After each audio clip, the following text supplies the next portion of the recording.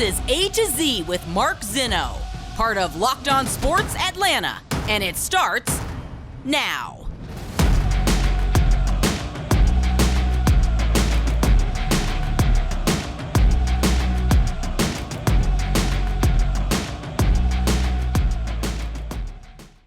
Good afternoon. Welcome to A to Z here on Locked On Sports Atlanta, where today I tell you sometimes the best things are the worst things. Welcome in. We are live here on this Wednesday. Brad Rowland of Locked On Hawks going to join us coming up here in just a few moments. Plus, where did all the money come from? We'll get to that coming up before the end of the show. Give us a follow on Twitter at LockedOnATL. Of course, I'm at Mark Zinno, MarkZinno.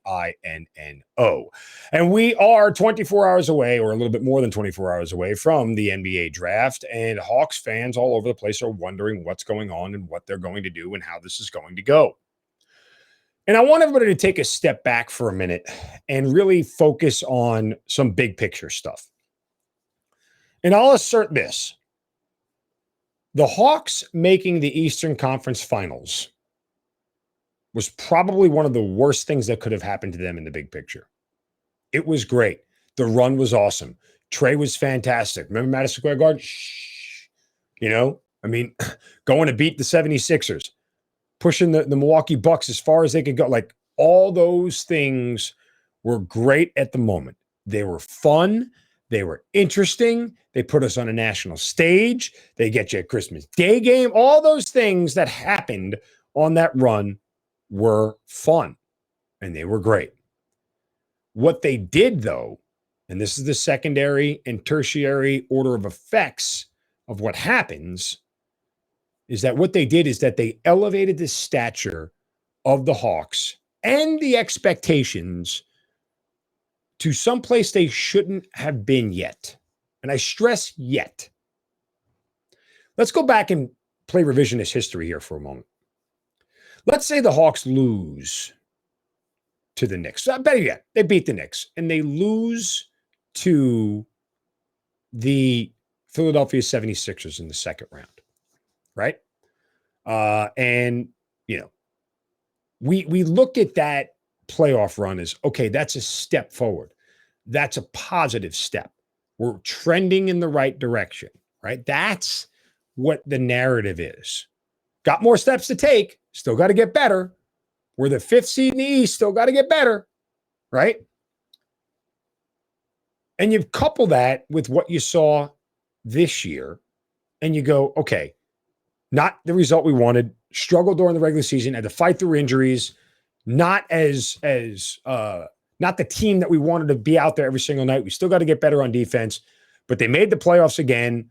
They won the play-in tournament deal, or got out of the play-in tournament and faced the number one seed and got beat.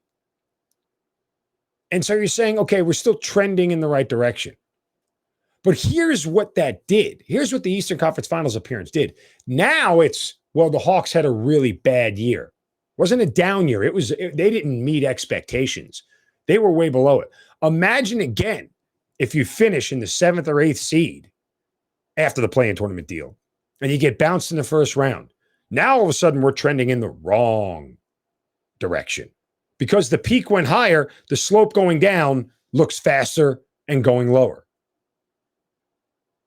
I'm not saying that I wish the Hawks had never made the Eastern Conference Finals. What I'm saying to everybody here is, manage your expectations. Go back to understanding this process. Because the Hawks didn't make the playoffs with Trae Young until last year. And the first time they get there, boom, Eastern Conference Finals. So now playoff Trae has to show up. Playoff Trae has to do this, and everybody else has to do that. And it was out of place. If you flip-flop the years and you get bounced in the first round, then you go to the Eastern Conference Finals, you're like, okay, we are there. We're ready to take a step.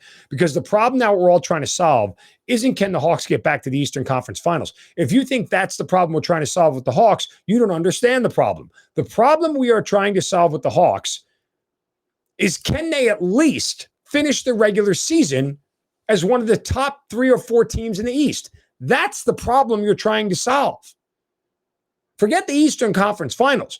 In order, they have to be able to be a better regular season team If you can't solve that problem first, the deep playoff runs are nothing but flukes, and they don't happen often.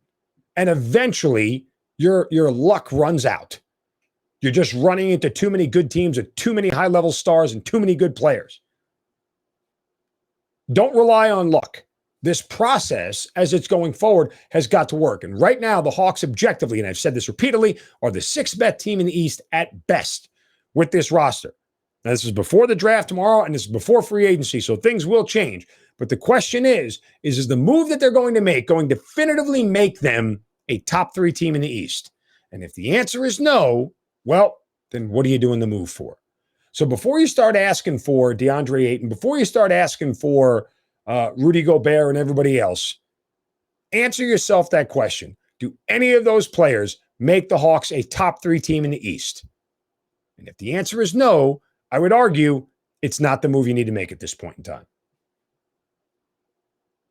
Don't get overzealous about where they are in the process because of 2 weeks in May 2 years ago. Well, now a year ago, right? Like, don't do that. Don't let yourself fall into that trap, because you are changing, you're moving the goalposts, you're changing the expectation level to someplace it shouldn't have been yet.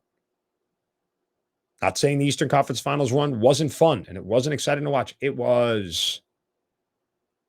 But right now, as we stand here, it's fair to say it was more fluky than factual. And whatever you want to say of this season and the way it played out and for the reasons it played out the way it did, fine.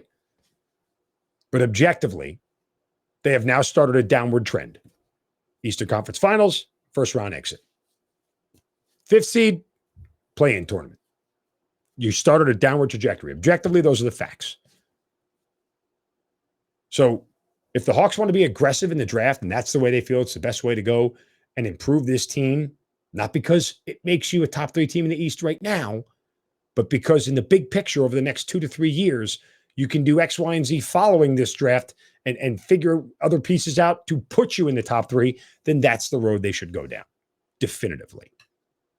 All right, coming up next, Brad Rowland of Locked On Hawks right here on Locked On Sports Atlanta is going to join us. We'll talk about all of this and more, plus a crazy GM scenario for my good friend Brad Rowland next right here on A to Z on Locked On Sports Atlanta, free on YouTube, and wherever you get your podcasts, search Locked On Sports Atlanta.